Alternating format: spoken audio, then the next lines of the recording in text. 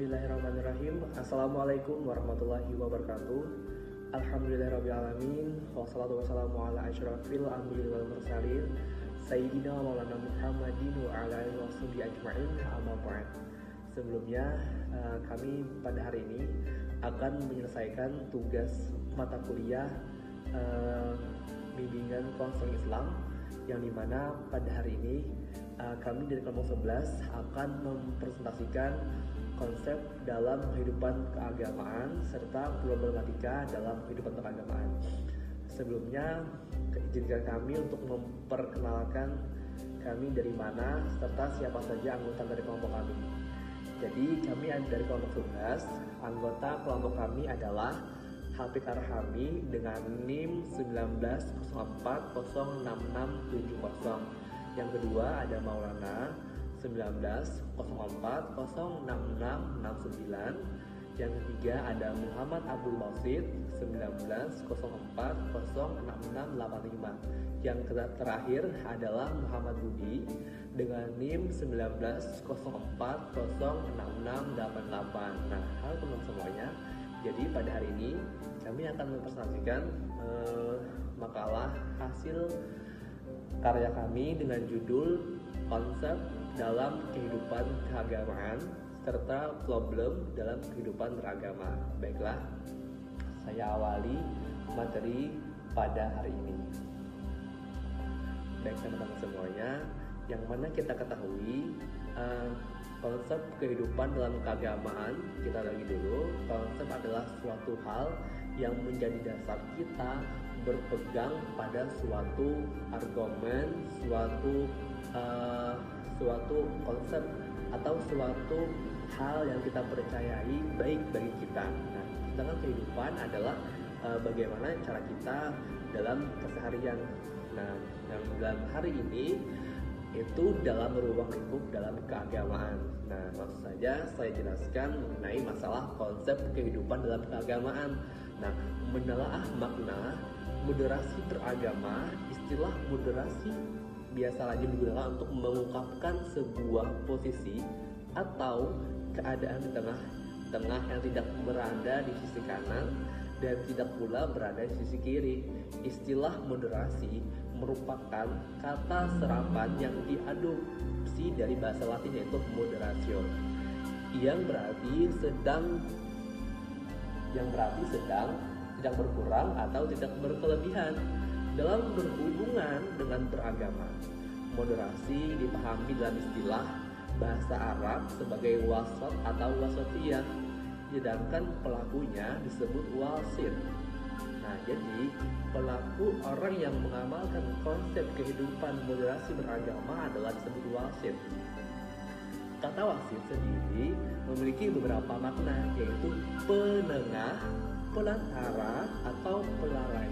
Dari uraian definisi yang diungkapkan secara terminologi tersebut, maka moderasi sebagai pemahaman sikap terpuji yang dibangun dengan ajaran yang lurus, pertengahan, tidak kurang dan tidak kelebihan dalam berpikir, bertindak, berperilaku, sehingga menjadi seorang yang ekstrem dan tidak menyikapi segala hal.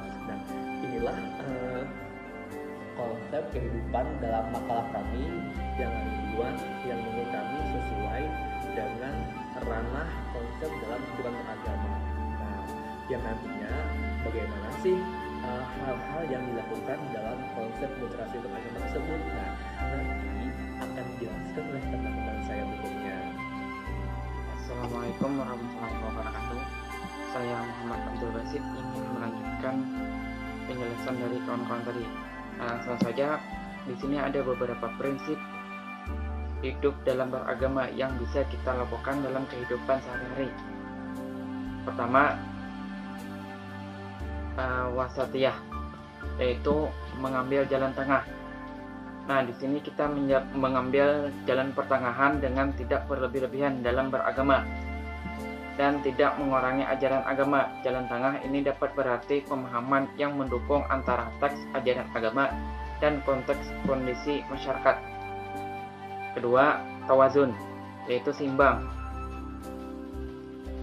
Dalam keseimbangan tidak keluar dari garis besar.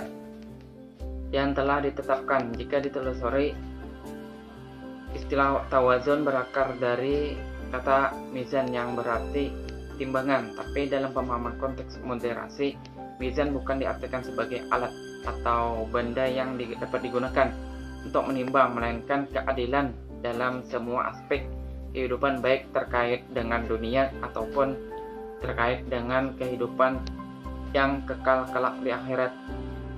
Ketiga, iktidal, itu lurus dan tegas.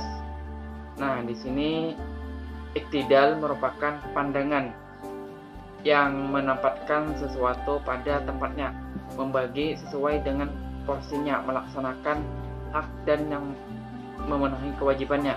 Keempat, tasamuh, yaitu toleransi.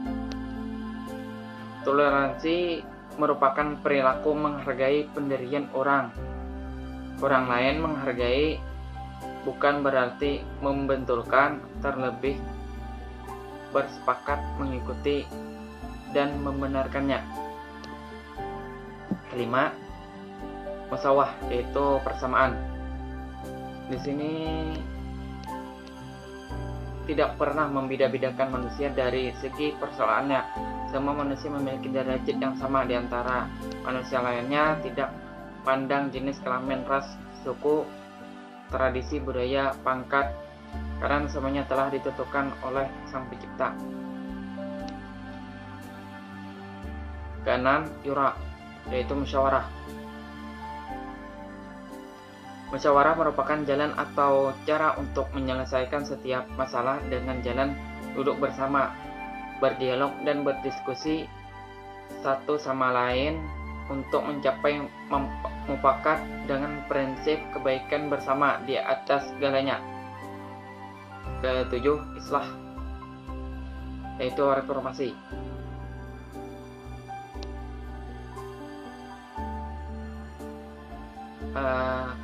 Reformasi ini memperbaiki atau mendamaikan.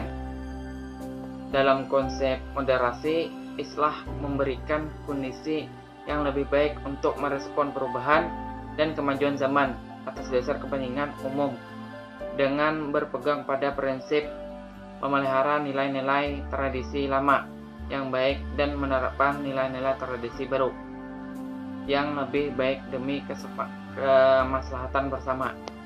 Kedelapan, al-alawiyah, yaitu mendahulukan prioritas. Dalam konteks moderasi, dalam kehidupan berbangsa harus mampu memprioritaskan kepentingan umum yang membawa kemaslahatan bagi kehidupan berbangsa.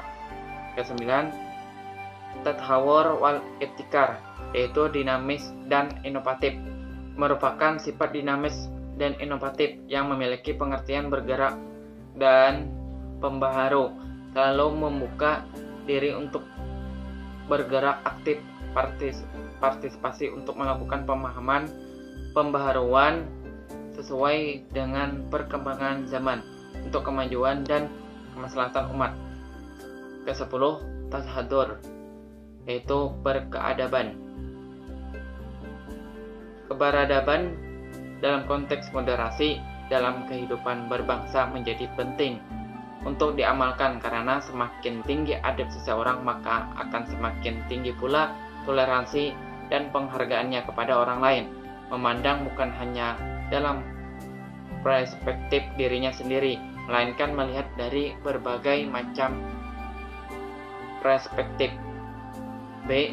Problem kehidupan dalam beragama.